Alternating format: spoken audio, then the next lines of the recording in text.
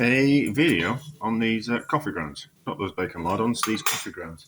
So I was listening to something, and they were talking about poor, well, let's not say poor, people without so much money reusing coffee grounds a second time. So you can use a tea bag. There's an optimal amount of tea that you can get from one tea bag. And so I was kind of thinking, so obviously, and because I was watching this thing about reusing coffee grounds to make more coffee, is there an optimal amount of coffee that you can get from some ground coffee grinds? Should have thought my way through this before I started, shouldn't I?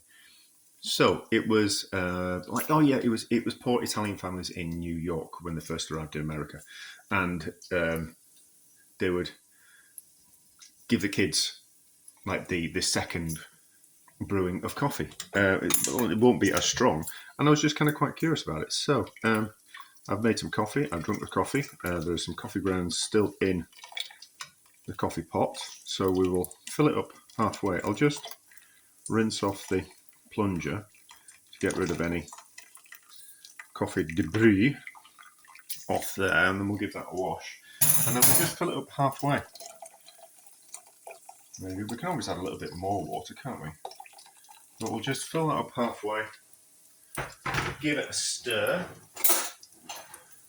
and we'll kind of see what happens. If it's worth drinking, or if it just tastes like nothingness.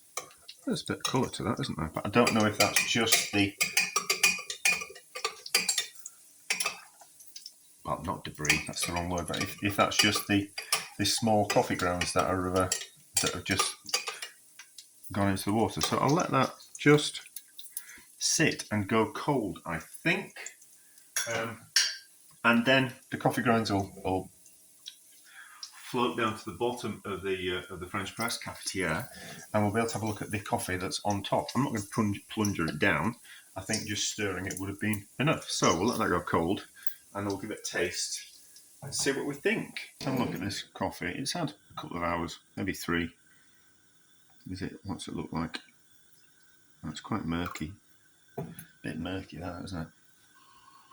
What does it taste like?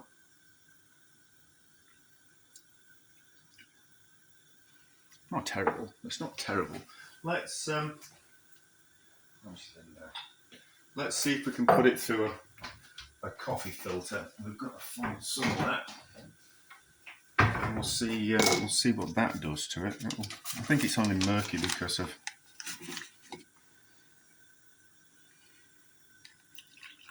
the particles in it, and the filter paper should take those out. That seems like a long-winded way of doing things, doesn't it? But we'll see. Might just make a nice light tasting coffee. That's certainly clearing that up a little bit.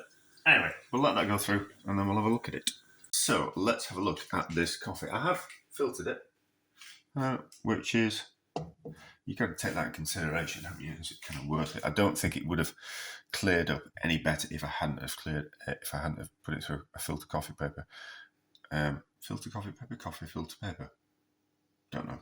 Anyway, so it's come out like that. It looks okay. This is my regular coffee that I make, so it's slightly darker, isn't it? Slightly darker. So obviously that's going to affect the taste. We'll taste it black, and then we'll taste it with milk. I'm not going to put any sugar in because I don't put any sugar in my coffee.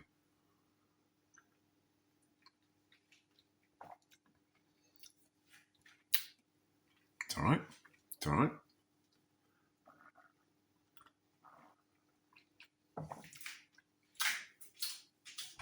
Not a huge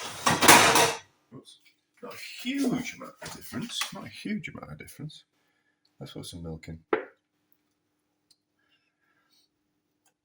Obviously that's got more depth of flavour. Of course it has. And obviously you can see that with I didn't add a proper experimental amount, the correct amount of milk to both, but I didn't add too much milk. So you can see the kind of difference once you've added some milk. How does it taste with milk?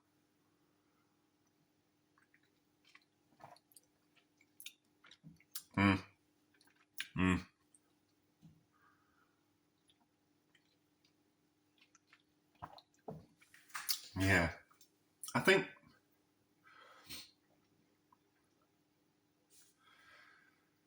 what are we going to say? I put the coffee grounds on the compost so they get recycled. I think if I really had to watch the pennies and I still wanted to drink decent coffee, it's nicer than instant coffee. Although I think we once watched something about we make instant coffee wrong. I think we need to brew, or not brew instant coffee, but I think we need to add instant coffee to not boiling water because I think it scalds it. But if I still want to carry on drinking filter coffee, and times are a little bit tough, I think I probably would. Actually, I think I probably would use the grounds again, and I would use them at 50%. So once I'd used them, I would, instead of adding a litre of water to a certain amount of grounds, I would add half a litre of water, and I would have a drink that was, it's fine, you know. I'd have a lot less milk in it. In fact, I'd probably drink it black. I'd rather drink that than instant coffee, and it's lighter. So maybe I'm thinking my way through this. This one, my videos are too long. It's me that thinks my videos are too long.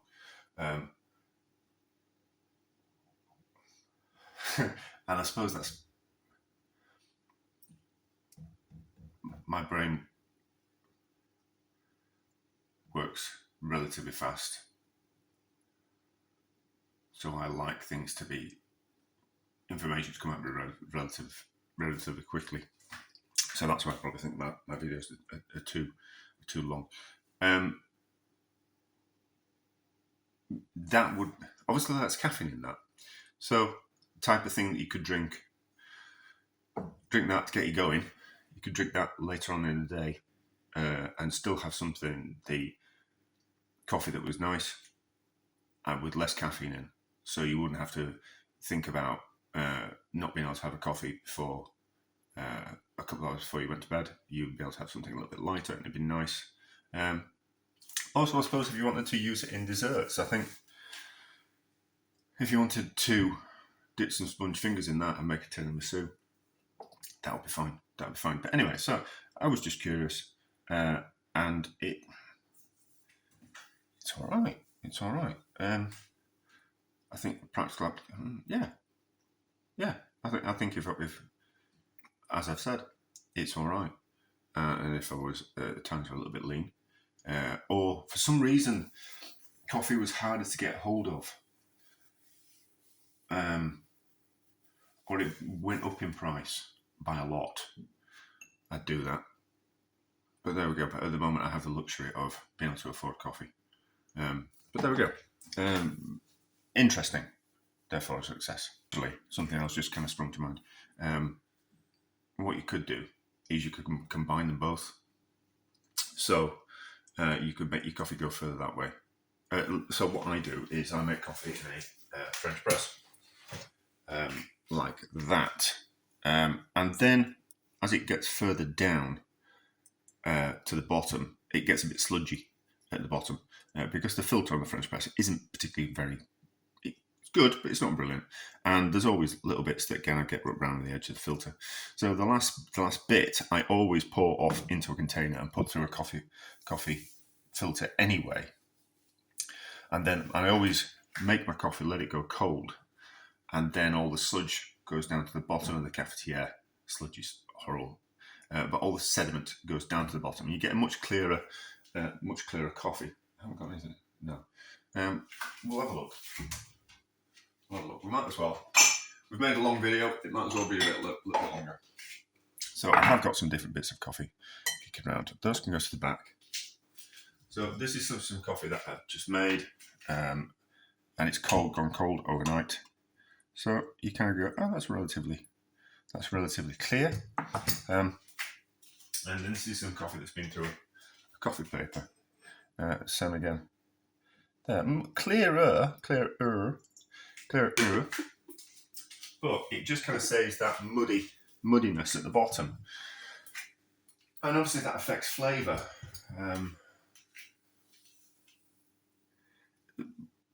Yeah, so I don't really know how to explain that, but it affects flavour. So the last bit, the coffee, I'm making coffee, letting it go cold, and reheating it in the microwave. If we were to reuse the coffee grounds, I would make a batch of coffee, let it go cold, which is a bit of a faff, and then I'd add more water and then filter that through a coffee paper. Once that settled, and then I'd combine both batches of coffee. So I'd get, say if I was making a litre, I'd end up getting 1.5 litres and combining them both. So I kind of would get a high yield, and them combined, you kind of go, oh well, that's a better cup of coffee. So I kind of think you downgraded cup of coffee, but you get more of it, and then you don't have the 1/2 litre, which is not really what you want to be drinking. You want to be drinking that, but you're getting a better quality of coffee. I'm waffling my way through this. I know what I'm kind of thinking. So it all kind of depends of if you want a really good cup of coffee, and then after that you want an okay cup of coffee, or you want a slightly higher cup of coffee but get more for your yield. I suppose that's kind of what I'm saying. Yes. So that's kind of what I do, but that's a real faff of a way around. I suppose you could. The only other way is to filter it all through a coffee paper. Kind of put your. I'm using a litre as an example, but you put your litre of hot water through your coffee grounds, and then put another 1/2 litre through after that, or maybe soak the coffee grounds in that 1/2 litre. I do think that there must be an optimal amount of time and size of coffee ground to extract the amount of coffee out of the ground, the flavour out of the ground. But I don't know too much about that, and not an experiment I'm going to do. But this is about the only experiment I'm going to do on this. But you could get more coffee, and it wouldn't be a huge amount of a huge amount of difference in taste. Let's add a little bit of. No, that's not that one. That's not that one. That's that one. I'll use a bit of that. So that would, by adding the two coffees together, you would improve the flavour of it. But it's still not nice as the first run through with the water.